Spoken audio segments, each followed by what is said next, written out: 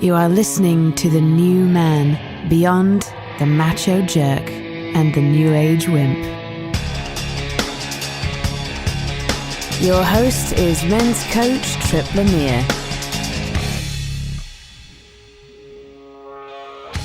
Do you feel like your career is consuming you?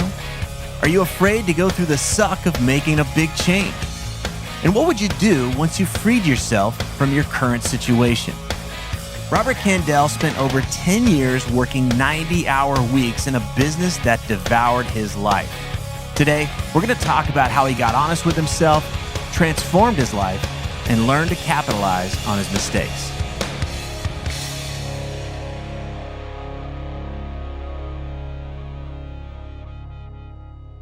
Welcome to The New Man. Today I'm talking with Robert Kandell. I'm going to read some of his bio off of his website. It says he's hailed as a part football coach, part loving dad, and part slightly crazed drill sergeant. I like that. After building a successful consulting firm in San Francisco, he then took his business acumen and co-founded One Taste in 2004 with Nicole Daedone. If you're listening out there, I did an interview with her a while back all about orgasm, women's orgasms. It's very, very enlightening interview. After that, that whole thing, like that business was taking on the challenging task of bringing conscious sexuality to the mainstream market. Robert built that company from scratch to a high seven-figure international corporation. He left One Taste in 2004 to do his own gig. These days, he's an accomplished teacher, coach, and lecturer. He brings his enthusiasm and acumen to his weekly podcast, Tough Love, where you talk about relationships, intimacy, communication, and gender dynamics. And you can learn more about Tough Love by visiting toughlove.live. And that's tough with TUFF. So, it's a lot. Rob, thanks for talking today, man. My pleasure. It's really an honor to be here. Thanks so much for having me. It's been a while. I think the last time we sat down was a few years ago. I remember we had a lunch at Earth Cafe there in October 2014. Was that? Oh, you know that date, huh? Yeah. Yep. Was there some significance to that date? What was going on for you at that time? Well, that was a huge time for me. I mean, monstrous. I had just exited One Taste about 3 months prior, and I was just searching. I was in definitive search mode. And that seminar, Rich Lipkin's seminar we went to, was a huge learning and experience for me, and I got to meet you. So it was a great time. Cool. Well, I want to lead up to that. So kind of let's go back. I want to get more of your story because for this conversation today, I met you at that time and I was aware that you were going through that, and I've been through a version of that. I don't think we're ever done with that. I think that we're always kind of in some level of uncertainty and what's next. I think it's a myth that we somehow arrive and we're done. We're done with the uncertainty. And so I want to help the guy out there that's listening, and maybe he's in a situation that looks good from the outside, and there's support for him to stay in that scenario, but really inside he knows there's a next thing for him. But there's that uncertainty, there's that dip, there's that thing to go through and then come out the other side. So that's why I wanted to talk to you today, because I knew you in that uncertainty, and now I see you in a different place, and I just want to get that story. So walk us through, like, what was life like before you and I met a few years ago? What was going on for you? You were working with One Taste. Kind of walk us through that. Wow. Well, it's a huge story, as you'd expect. I started One Taste in 2004, but really my life changed in the summer of 1998, and I went to Burning Man. For those people who know what Burning Man is, it's a festival in the desert. And for me, it was a huge life change because I walked in a yuppie, 5-bedroom house, wife, expecting the grandchildren. But I really just found myself that I was a whole new person at Burning Man. And fast forward to 2004, opened One Taste, and had, just totally went from a computer geek to running an organization that taught people around intimacy, communication, and sexuality. Okay. And threw everything I had into it. It wasn't just a job. It was my life. It was my lifestyle. It was my friends. It was my community. It was where I lived. It's where I ate. It was everything. And so I imagine there was kind of a rise, and then it was great for a while, and then did it not be so great, or what was your experience like? Kind of overarching there. It was amazing in the beginning, and it was hard. I mean, it was hard the whole time. The first we weren't profitable until the 8th year of our business. Wow. And 8 years is a long time to be living in fear of lack of success. Well, let But me we ask you that. started, I mean, like, what kind of doubts were you going through 8 years in? I imagine most people are like, they're like 6 weeks in and they're like, shit, I think I'm out of here. I'm not making any oh, money. well, it wasn't just making money. I had invested all my money into it. I had a house in San Francisco. I walked in basically with $1 million of stocks and bonds and a house. And by the time before we made profit, all of it was invested. There was no cash.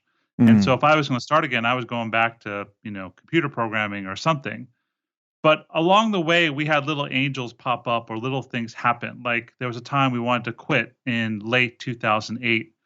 And then the New York Times came to us and said, okay, it's time to write our article about you, and we ended up on the front page of the style section in March of 2009.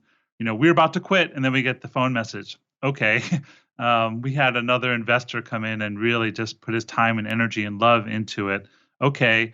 Something would just seem to happen and to keep us in motion. So even though it was hard and lack of profit, there were signs along the way that we shouldn't just quit. Okay. So you were pushing, and I can imagine it was just tunnel vision at that point. It was like, just get this going.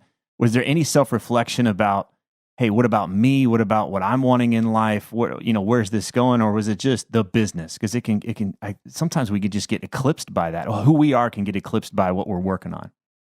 It's a really great question, and it's an interesting mix because I was growing so much as a man in that experience. I was expanding my skill sets. I was a COO, CFO, and CTO. That's operating officer, financial officer, and technological officer of this company that was growing. We had 9 divisions in 9 cities, including London. All these, technology, and I was so pushed as a man that I loved the expansion, and I was totally exhausted. It was 80, 90 hours a week for 5 years, nonstop, no vacations, just pedal to the metal. So I felt trapped in it and I felt expanded by it. So it was a complicated equation. I've got friends that are making great money, 7 figures, working 90 hours a week, and I'm just like, what are you doing? Why? Mm-hmm. I don't get it. But I do get it. Like they're just in it, Yeah. and it just becomes the only thing that they know how to do. Mm-hmm. When I've been in that situation, it's just it can just gobble you up, and there's been no time put into doing anything else. So it just becomes like, what else am I going to do? This is the only thing I've got going on. Was that kind of the case for you? Totally. And I was determined. It was like the raw male ego. And I can credit my dad for this too, because my dad was like not so supportive of me starting an organization based on orgasm. He was just like, you're an idiot, basically. And God bless him, he's an old school New York Jew. You were an idiot for doing that business, or you were an idiot for working that hard? Yes.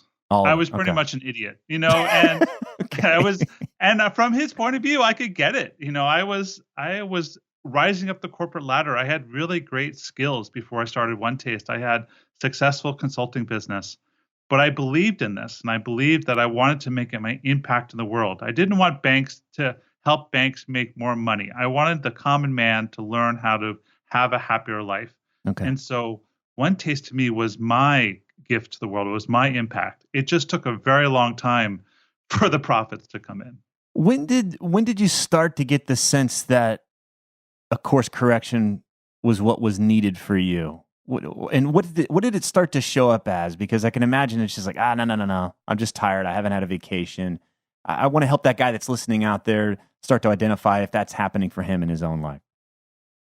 I was pretty dedicated to it for the first 8 years, 2004 to 2012. And I just really believed in it. And so I was thick in it. And then we changed direction, and it was a wise choice. We really focused more on sales, and we started to open up cities, and we started to expand.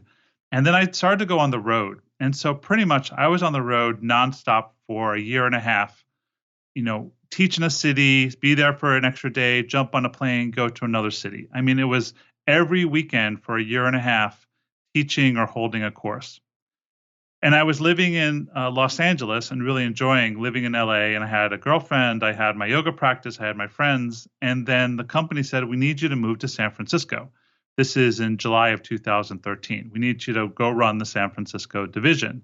And we want you to go tomorrow. Mm.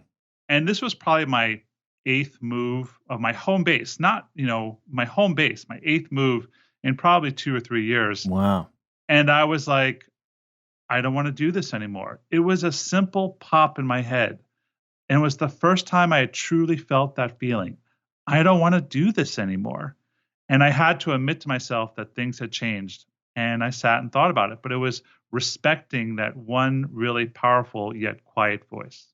Well, that's amazing. So it wasn't kind of like a building fire in you, unless it just that pop was it had been there, but that it was that ask was just like, nope, that's it, I'm done, and you recognized it in the moment.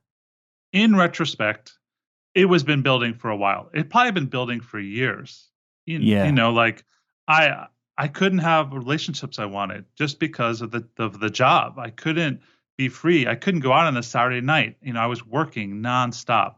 And so in retrospect, it was building for years underneath the surface. It's sort of that little annoying thing that I non-confronted. And then when I hit that point of, I don't want to do this anymore, all the things I had not confronted flooded in. And it was a rough night.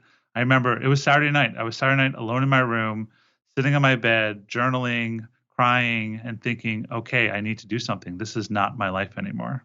Were you trying to talk yourself into it, like, oh, I'm just going through a phase, I just need to kind of sack up and push through this and stick with it? Or was there a wrestling match going on for you? Like, well, what else are you going to do? You don't have anything lined up. Like, what was that kind of, was there a duality kind of going on for you at that time? There was no duality at this point, and maybe that's the benefit of letting it, sit there for years before. So it was pretty much, I was done. You knew, you had that certainty. I had no doubt in my mind. I was like, I am done. Now, the thing that happened next was interesting because I said to myself, number one, the company is not ready for me to leave because everything is in my head. I have no systems. I have no documentation. I haven't trained people to do what I do.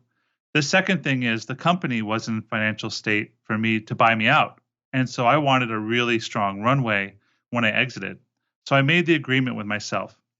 I said, I will stay for 2 years, maybe 3, until this thing is solid, and I'm not going to tell anyone.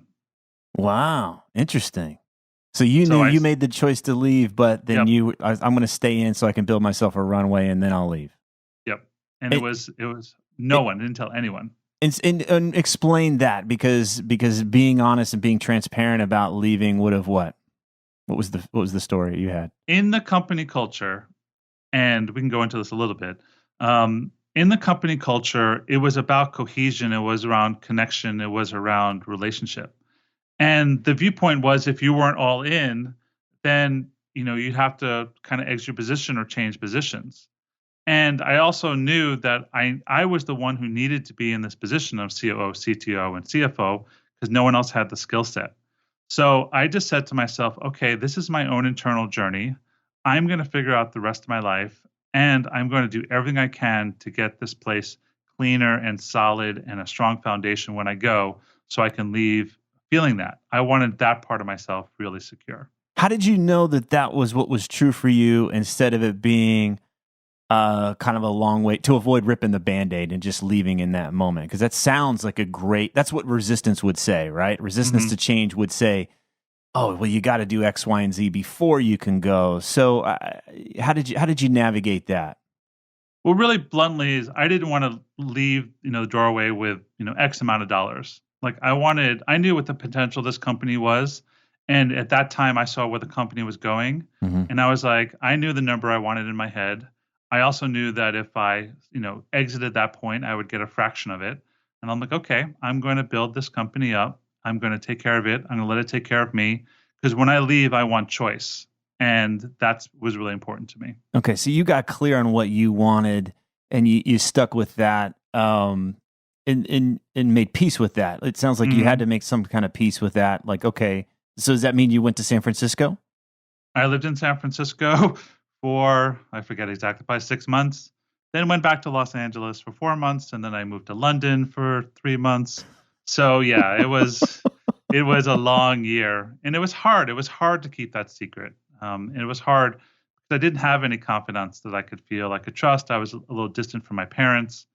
And there was something empowering of like, okay, this is my own little internal warm secret. And like I said, I really wanted to, take care of things. And I didn't want people to look at me differently. And I just wanted to make sure that the system was solid when I left. Did you have a preordained, a preset position of like, okay, here's where this is when I pull the plug?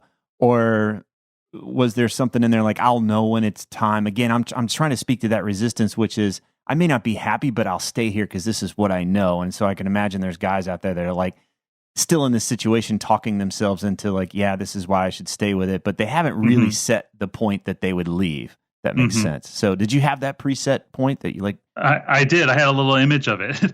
So that was July of 2013. I was 43. And I said on my 47th birthday, at the absolute latest, I was going to take my business partner, Nicole, out to an expensive dinner and then just hand her my resignation letter during the dinner. And, that I was going to stay for another month or two after that. But so, yeah, I had a little image. So I said by March of 2017, that was my max when I was going to stay. Okay. Obviously, you did it before then. So I did. I like that point because I think a lot of us, we get into a situation where we're waiting for permission. We're waiting until everything's worked out. And what we're trying to avoid is that discomfort. We're trying to avoid that awkward or whatever, that thing that's going to be painful or uncomfortable. And so we're trying to find that scenario where there won't be any problems. I get asked by clients all the time, hey, what do I say so they don't get mad? What do I say so they don't get upset? And it's like, wow, that's a different conversation than how do I be truthful about what's going on and about what I want. So, all right. So you got out before your absolute deadline. What happened? What was the point that you got out? Well, what's that? The best laid plans of mice and men. So I just endeavored to be solid for those 3 years, those two years plus. But I was miserable when it came down to it. And I started to get in more arguments with the executive committee. I started to get more and more distant from my partner. When you have a secret, you change. When you have something that's that significant, you have to change. And I was working with sensitive people. And I was working just as hard. I was producing just as much. I was leading courses. And like I said, I moved to Los Angeles and I ran the London division for a while. And there was just a part of me that was cancerous. And did they know? You said they were sensitive. So were they pressing you about this, or how was it showing up that there was something not being said? There was just more arguing. There was more tension. My patience, like I have a great deal of patience. My patience was shorter. I had more of a temper when it came down to things. My unhappiness was permeating out of my skin when it came down to it. And did anybody confront you about this and you had to lie about leaving or not leaving? They had no idea that leaving was even a thought process for me. So I never had to lie. Are you thinking about leaving? No one ever asked me that. But people were concerned. But here's the thing that happened. So with all this negative feeling, I started to form an ulcer. I started to have really bad acid reflux. And starting in, I think it was April, eventually I left in July of 2014. But starting in April, I started to live on Tums that, get by bottle after bottle because I was in pain and I was throwing up and there would start to be blood in my throat. And I was okay, okay. Here's your signal, right? I hear you. And a few other things happened that I was willing to be honest about it. But my body was really the thing that said, no mas, I can't do this anymore. This double life, this tension is getting to you and you need to do something. And so what happened? Your body's telling you to get out. Had you reached the level that you were comfortable leaving yet? Or was it like, you know what, it's time to go? My body's saying it's time to go. So I was in London. I was running London. I was supposed to be in London for a year. I had a call back to New York City. So I left London within 3 days. And I was in New York City. It was the summer of 2014. It was hot. And my business partner and I were arguing. And I decided to just say it then. And so I went to my computer and I wrote up a term sheet of what I would need to leave. I folded it and put it in my inside pocket. And then we went to lunch and then we were getting frozen yogurt, I think in the West Village. And I said to her, listen, I need to tell you something. Like, I'm not going to spend the rest of my life doing this. I want to live differently. And I'm willing to give you another year or two of my life to make sure that things handle well. But at this point, I'm not going to spend the rest of my life. So then a few days pass. And then she said, "Hey, why don't you go take some time off? Why don't you take like a week off and go visit your parents and go spend some time?" And I was like, "Yes." So I jumped on a plane from New York to San Francisco. Because you'd had no vacations, right? You just been No vacation, nonstop for years. Not even like a Sunday off. It was pretty much nonstop. So I flew back to San Francisco. I drove to see my parents. And I told them I was thinking about leaving. I went down to Los Angeles. And I was hanging out in Venice Beach. I got an offer for another week off from them. I said gladly. And then 1 or 2 days into the second week off, Nicole said, "Hey, are you done? Because if you're done, let's just have you be done. Like your heart is so big." She called me a bodhisattva. Like you're dedicated to it, but it just seems like you're done. And I was like, this is all over text message too. And I was like, "Yeah, I'm done." She's like, "Okay, let's work it out." She was super kind, super warm, super loving, no strife, no arguing. And I just felt taken care of. And that was it. I never went back to work after that. I stayed in Venice Beach and started this last chapter of my life, or this most recent chapter of my life. Do you think you would have taken a stand for yourself had she not been the one to do it for you? Like, how long do you think you would have kind of stayed in that dynamic? On that vacation time, I basically said, okay, I was willing to go back. I was willing to do that year or 2 years if they wanted me, but I was going to change my lifestyle. I was going to make some demands. One of them is that I was going to go down to a 50-hour week. I'm like, I'm just not going to work 80 or 90 hours. I'm going to go down to a 50-hour a week. I'm going to start to build a social life. I'm going to start to take care of myself. I was going to start to go to yoga. There were all these things I wanted to do. So I was going to go back after those 2 weeks off and say, I'm willing to stay for another year, but I want to do things differently. But I never got the need to do that because they offered me my walking papers. Okay. So you get your walking papers, then what? Are you just cast out into oblivion? What was that? What happened then? Pretty much. So the scene is, I found that out on like a Thursday. I went to a yoga class. I thought about it. I said yes. And they're like, okay. So I have a rental car. I have no stuff. I mean, I had like a box and a bag. I had no possessions. I had a little bit of money, and they gave me some money to tide me over until the paperwork was signed.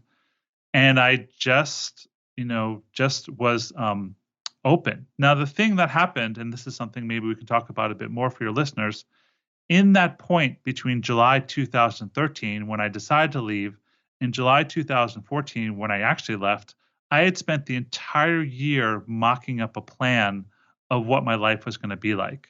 I had fantasized about it. I'd be walking in London or riding my bike in London and thinking about it. And so from that time, I figured I was going to start a consulting business. I figured out Venice Beach was the place I wanted to land. I figured out how much money I would need. Like I really mocked up how and I wanted to live this next phase of my life. And so when I did get my walking papers, I did have a plan in my mind to figure out what I want to do next. Let's talk about that, because a lot of us can have a plan and it just becomes this thing that remains out there. It's a vision board, and it stays a vision board. It never we never really connect the dots. So how did the plan help you? How did it challenge you to actually move that into a reality? The plan was my foundation. And I think there's people who are afraid to implement their desires. Let's call it desire rather than a plan, because it really was a desire of how I wanted to live. Plans can go either way, like you said. Yeah. So I had desires, and I said, what do I have to lose? I had been in an intense experience for 12 years, a 90-hour per week, 12-year experience, basically. And I said, what do you have to lose just for going for it? And you're going to figure it out along the way what wants to happen. I left one taste, and then I started dating a girl I really liked for a long time, but she said, I'll never date you while you're on the road. You're like in the military. And I was like, so I finally ended up in Venice Beach. She was in Venice Beach, and we dated. And it was horrible. I was so not ready for a relationship. I needed time to heal. I needed time to find myself again. And so plans like that or desires like that, I went for it. I thought, oh, this isn't working so well. Let's figure something else out. So I gave myself permission to have my desires, to see where the desires led, but also alter them as I needed because I knew that I would grow and find myself in this new iteration.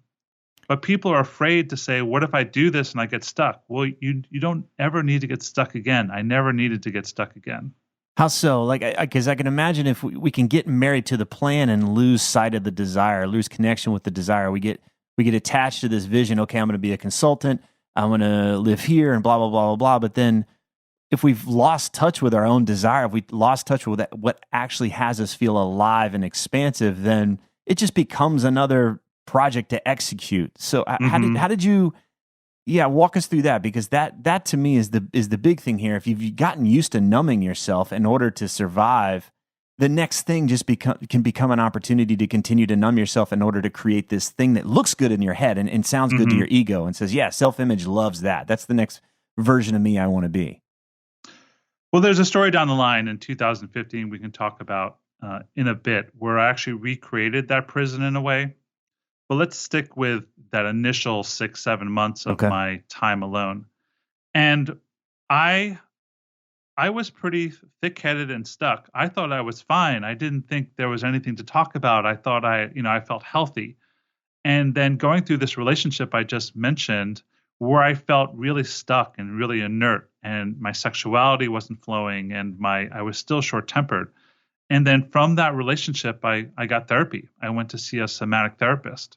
And the somatic therapist had me like beating up pillows and doing EMDR and scream therapy. And I started to see that there were so many layers inside of me that I was not connected to.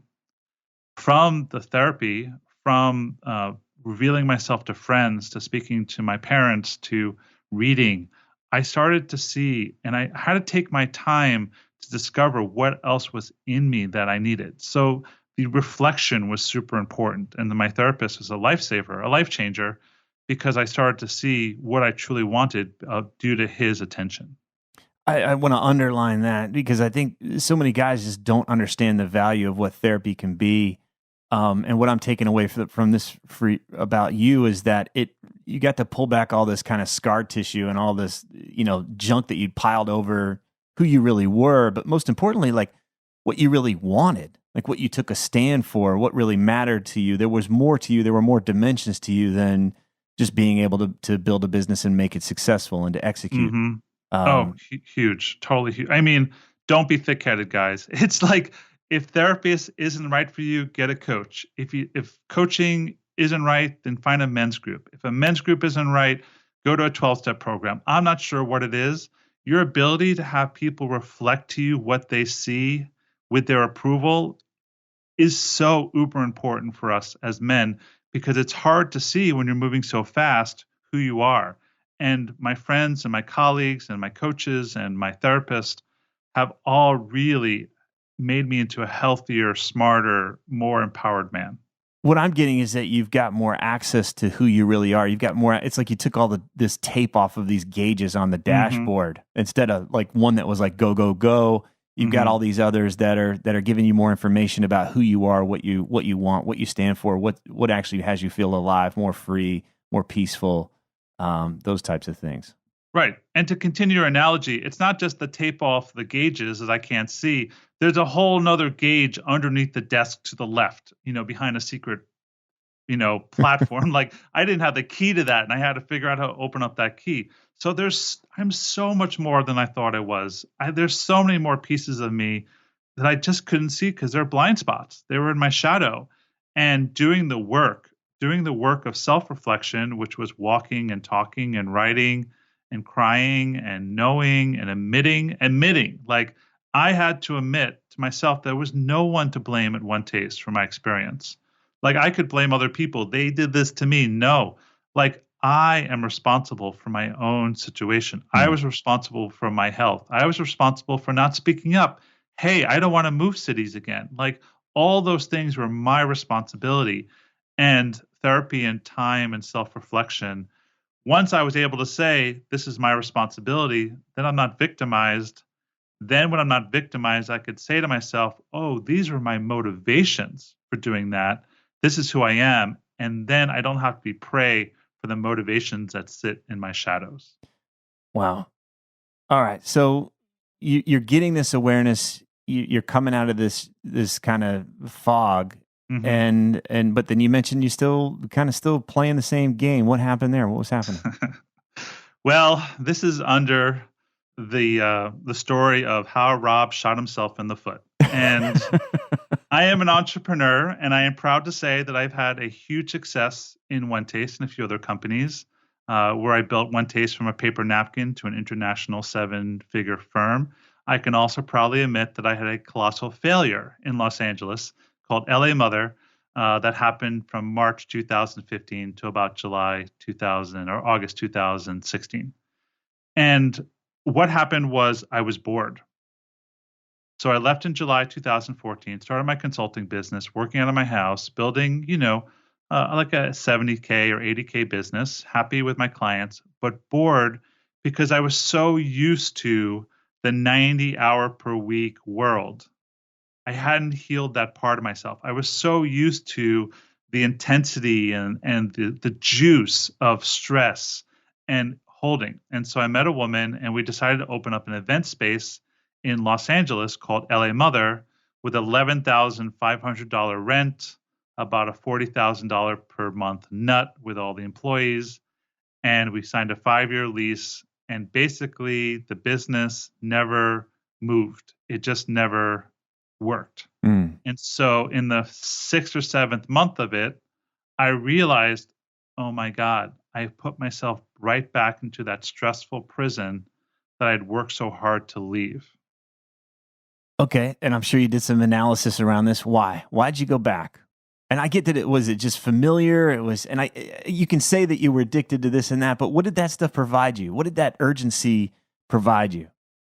Well, okay, great. So again, I want to just give credit where credit's due. This is my therapist. I started doing plant medicine at this point. This is a huge learning for me. We can talk about that if you wish. But I started to see my secret motivations in the shadows. One was I just missed being around people. I had lived my life for 12, 14 years, constantly surrounded by people, and then ended up in this house in Venice, this beautiful house in Venice, but by myself most of the time. And I was lonely when it came down to it. The second thing is I got validation and value, self-validation. I got props for being in a stressful situation, from solving problems. I liked the weight on my shoulders. It had me feel like a man. If things were challenging, that meant that I was powerful. The third thing is I didn't have belief that I could do it by myself. And this was huge. I wrote an article about this. It's about how I used to live in people's shadows. So I hired people. Like I hired my dad to stand behind him. I, quote, hired Nicole to be the front person so I could be the man behind the curtain. And then I hired this woman, Franny, quote again, to be the person in front because I didn't have confidence that I could do it by myself. So I co-created another situation with another powerful woman to, because I didn't believe that I could do it by myself. And so these are the things I started to see.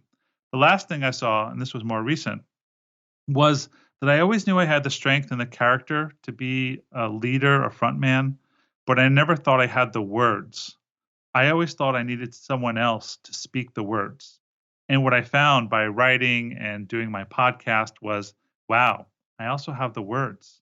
I also have the character and I have the integrity to be the man to make an impact in the world. Is this when tough love starts to come into play? Or, I mean, what, you had this realization, and so is this like, oh shit, I've got to stop hiding behind other people. And so was tough love your way of playing with that, or how did you recognize this was the time for you to get out from underneath other people? Tough love started off in late 2015, basically as a screw you to courses and workshops. I had taught workshops for 14 years, and I was so tired of the enrollment game. I was so tired of the logistics. And so I was like, I'm done.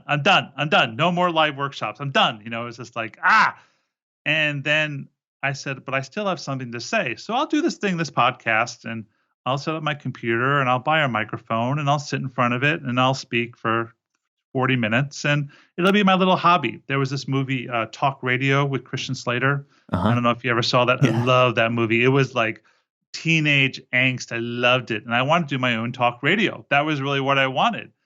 And then what happened was after 6 or 9 months of doing mediocre shows, good shows, but with low quality, I started to realize that tough love wasn't a hobby. It wasn't a screw you to workshops. Tough love was my platform for me to make an impact in the world. And that was super important for me to really realize. And so all these things are happening. And so I decided to like, wow, I need to take this a little more seriously. And so all these things are happening. I found in the platform of tough love that I had my voice and I had something that people were valuable. And as I watched my downloads exponentially fly up, I mean, it's gotten to the point of ridiculous recently.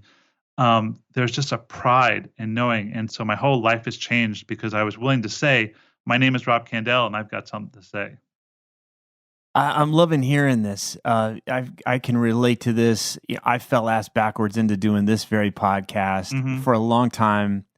I saw my role as standing shoulder to shoulder with the listener and like, okay, well, I get a chance to talk to this guy, so I'm going to ask the questions I want to hear because I know that's what my listeners want to hear. And then over time, I start to form my own opinions. And as a coach, I'm in the trenches every day with guys. I'm not just a listener anymore. I have my own things to say.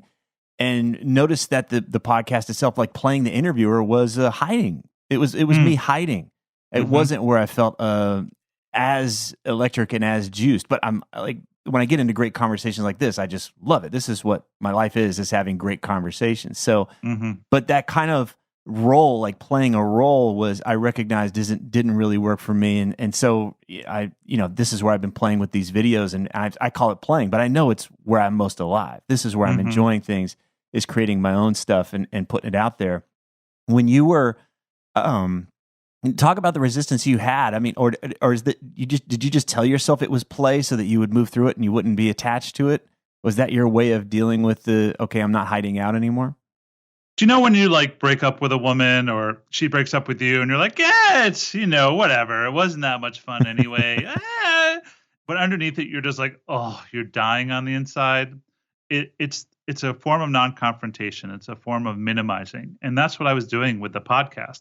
I was like, it's a podcast. And, I used to live in Venice Beach and there was Finnegan the dog barking in the background. And I lived 3 blocks away from a firehouse and, no soundproofing in the room, no sound dampening. And so the fire trucks would go. I'm like, it's Venice. This is on the podcast as I'm recording live. And what I just saw was, oh, no, Rob, like this is resistance. This minimizing, this avoidance is a minimizing and a resistance of your power.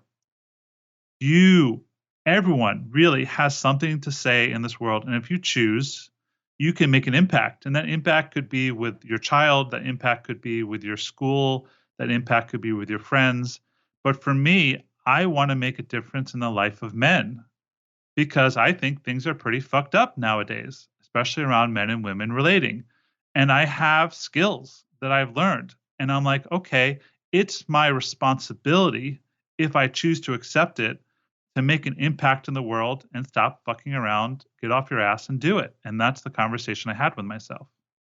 How did that come about? How did that's a pretty big turn to have that kind of a wake up, to get out of this game of minimizing and diminishing, as you said, and to really take a fucking stand, like really put that stake in the ground and say, this is what I'm taking a stand for. So was it you found that on the toilet one morning reading through your text or what? Like what happened? What really happened, I had to clear away my own self-doubt. I'm a pretty confident guy. I have a really strong ego structure, but I still had doubt. Like the question, who am I to say this? Like it was more like the only thing I truly need to do was stop minimizing myself. Once I said to myself, no, Rob, you're a badass. You're awesome. You're smart. You have important things to say. You're funny. You're good on the mic. It was just like taking off this heavy cloak I was wearing of self-doubt and self-flagellation and self-depreciation. Once I took that off, I was like, okay, now what do I want to do with it? And what I wanted to do with it was make a difference in other men's and women's and people's lives.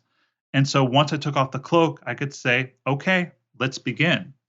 And it was a choice like every other. I could have done anything in this world, but I couldn't let it go. It was like, you have something to say and you need to keep going. I like that how you describe the cloak, because it seems like it's about, hey, I don't want to seem bombastic. I don't want to seem arrogant, but it's really a protection. It's really just a false way that we protect ourselves. And what I've found is that there's a middle path here of just owning the truth. Owning the truth of the skills. It's not like you just came out of nowhere. It's that you'd been leading for years. You've been in countless, I imagine, situations where you've helped people. And so it was just a matter of owning the truth instead of, well, there's the truth, but now I'm going to cover it up. And that's such a difference there. I want to help the listener get is that most of us, when I ask them about themselves, they tell me the bullshit through the cloak instead of just owning the truth. Just like, I've done this, I've done that, and this is where I can show up and really help somebody. Right. Because to me, I mean, service is selfish. To serve is a selfish act. I serve for my own pleasure. It's really, when I help someone, when I put my attention on someone, paid or not paid, and I feel like their life changes, that feels good to me. That allows me to feel my love. When I can talk to a man about his chauvinism and his arrogance, I can love my own chauvinism and my own arrogance. When I help a man learn how to communicate with a woman better, then I can take those lessons home to my special relationship, to my amazing woman. And so I serve because it has me feel better about myself. And hopefully my service is in alignment with what these people want and what the world wants. And so far, the feedback's been pretty good. But you can serve in any way that fits you. There's not one-stop shop. Like, I would never recommend that people follow my path. I would recommend people follow their path. And that path could be a soup kitchen. That path could be doing one anonymous good thing a day. Buy someone's bridge toll, or sneak a coffee on someone's at work. Someone who loves coffee. Just sneak them a coffee in the morning. Do one nice thing for a person. You're impacting the world. It doesn't have to be all out. You have to find out what you want to do and how you want to do it.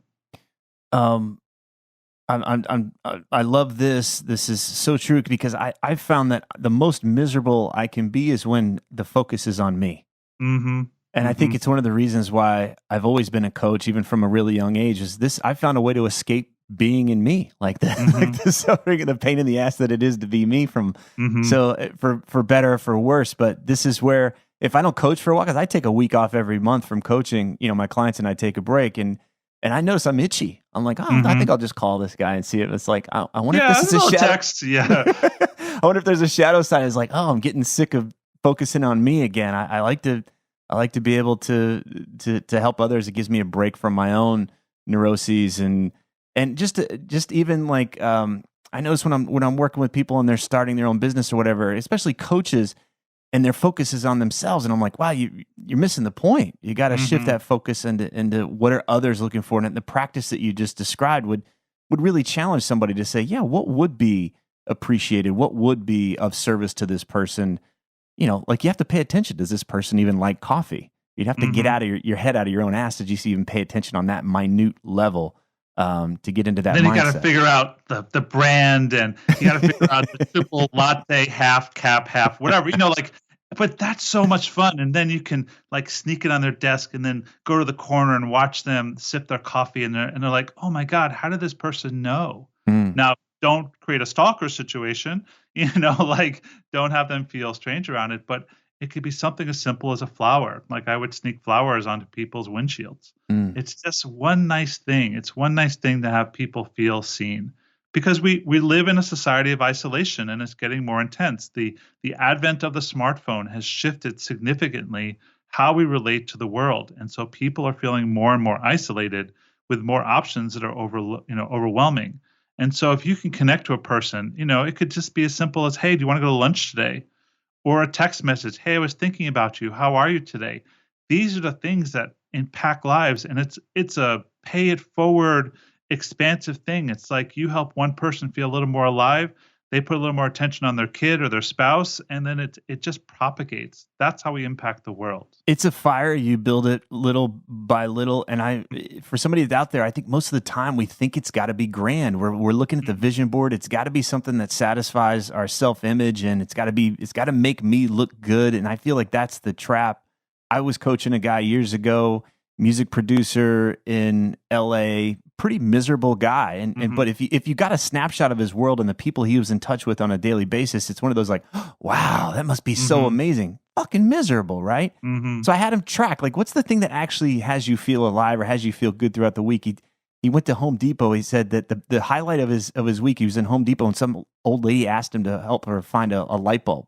Now it sounds silly, it sounds sad, but he really enjoyed that. He got to drop this persona of being somebody and just help somebody, and he found something there. But I that's where I want to help whoever's listening and just remind myself, like, it doesn't have to be a big deal. Go find that little thing and then build on it. That could be a skill that you develop, and you'd be so amazed at how fulfilling those little things can be.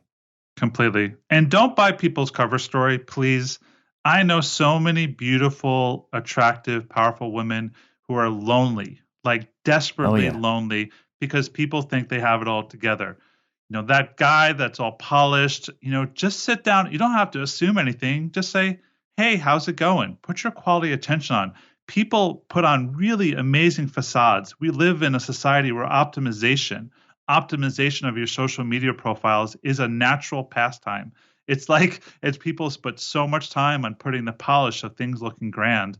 And there's a lot of lonely, isolated people out there. So don't buy the cover story. Well, it's also an opportunity, right? I was talking to my wife this morning, like, I'm dealing with another phase of uncertainty. It would be easy to think that guys like you and me with our websites and we help these people and we got that. Like, it's easy to think we've got it all together. So I know that I wrestle with uncertainty it's just always there. It's just like there's always a facet, a gauge that says a certain level of uncertainty.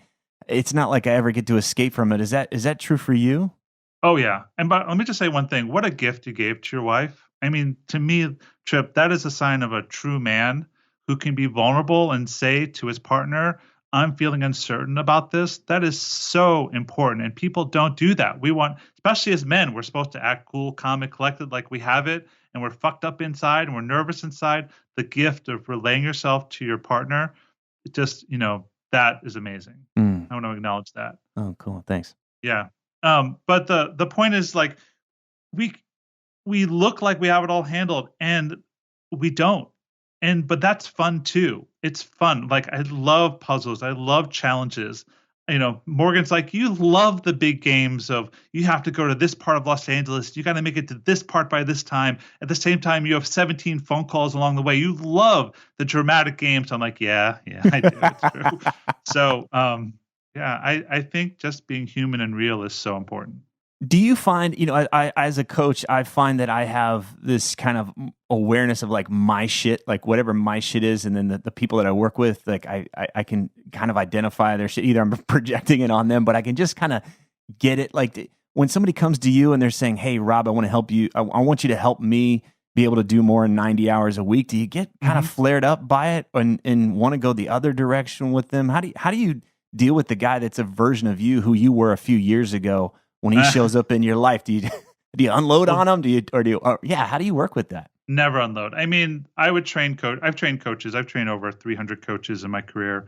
I still help coaches build their businesses. And I'll say this to every coach: no matter what you're dealing with, it's going to show up in your next client.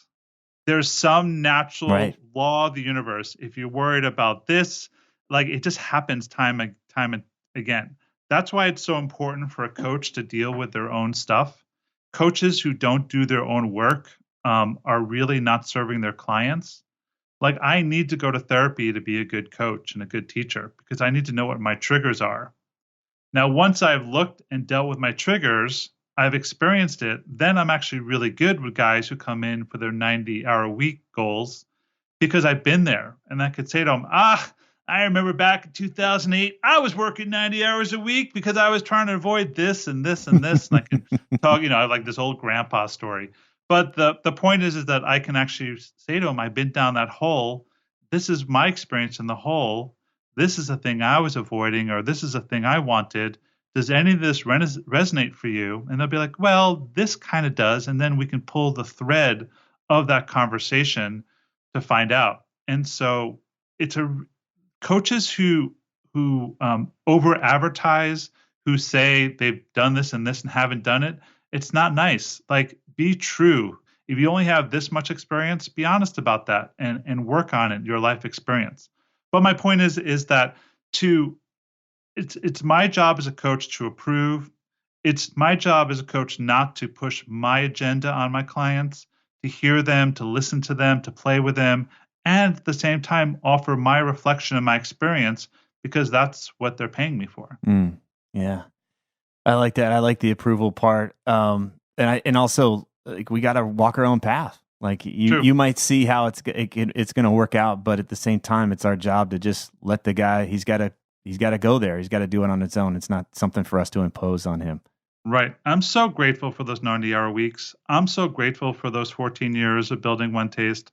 I'm so grateful for LA Mother. I'm so grateful because all of them have made me into the man I am today. And I am a truly ecstatically happy man. And I never could say that before, but I'm a happy man because I went through all these experiences. I figured out who I wanted to be. And now I'm pursuing those goals. So don't feel your quote mistakes. Don't feel your trauma. Your trauma builds up who you are. Embrace it, respect it, take responsibility for it, and then be proud of it because use it from that. Yeah, use it. And then it's a great story. Like my lead-in story for all my courses is a time of total embarrassment, when I made a total fool of myself. LA Mother is a scar on my back, but it's a scar I'm proud of, and I never need to do that ever again. All right. I love it. Great story. I appreciate you sharing. What's the best way to find you and all the things that you're offering these days? The best way to find me is toughlove.live, TUFF love.live.